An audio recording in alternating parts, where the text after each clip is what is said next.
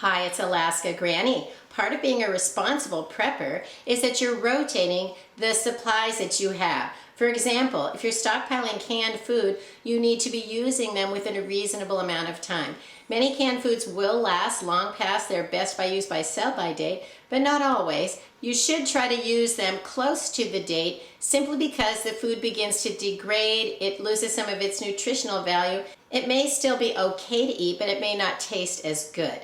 While there is still a lot of food readily available, even if it is more expensive, it's still a good idea to be rotating your food. Use the food, rotate, and replace it with newer, fresher food, and that'll help your food last several years longer. Plus, as foods become more expensive, the foods you stockpile today are going to be bargains in the future because the food, say it's $1 now, it may be $2 in the future, and you're still using the cans that you paid $1.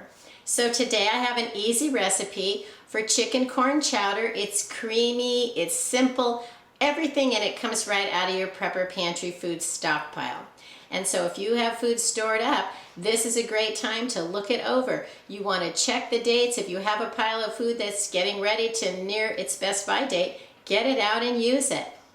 Chicken corn chowder is so simple. You need a can of chicken, a can of chicken broth, a can of cream of chicken soup, a can of green chilies, a can of cream corn, a can of kernel corn, a can of evaporated milk, and simple spices, onion, garlic, chili powder, cumin.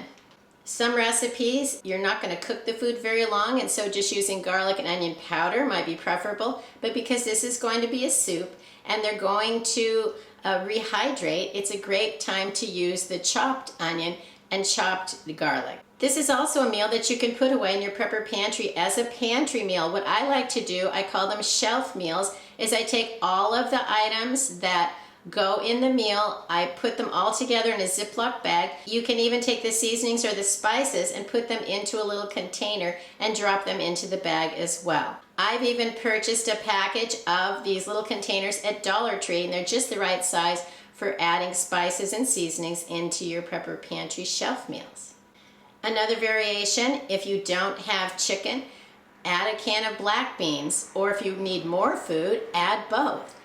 If you're going to be stockpiling canned foods, make sure you have some nice sturdy can openers, including one that's for ring top or pull tab cans. I bought this one recently and I just love it. So get a nice big stock pot, turn it on high, add your can of chicken, your chicken broth, cream of chicken soup, your green chilies, the cream corn, the drained kernel corn, and pour in the evaporated milk.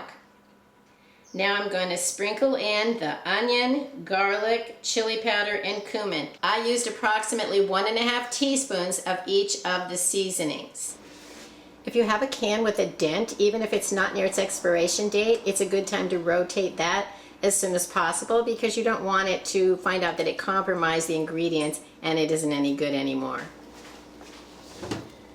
Once it comes to a boil, you can turn it down, let it simmer, and then if you think that you might want it to be more chowdery and less liquidy, simmer it with the lid off, but if it's the consistency that you like, go ahead and simmer it with the lid on.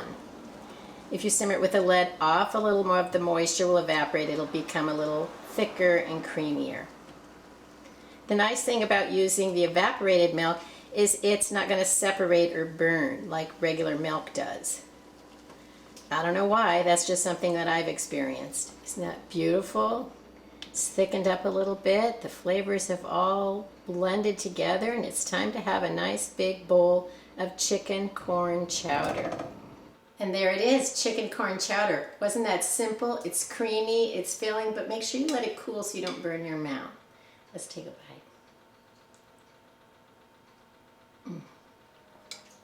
Yummy.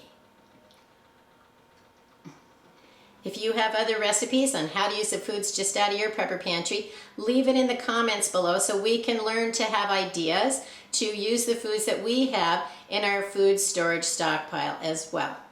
If you enjoyed my video, I hope you'll share it with someone else you think might like it. Please subscribe to the Alaska Granny channel.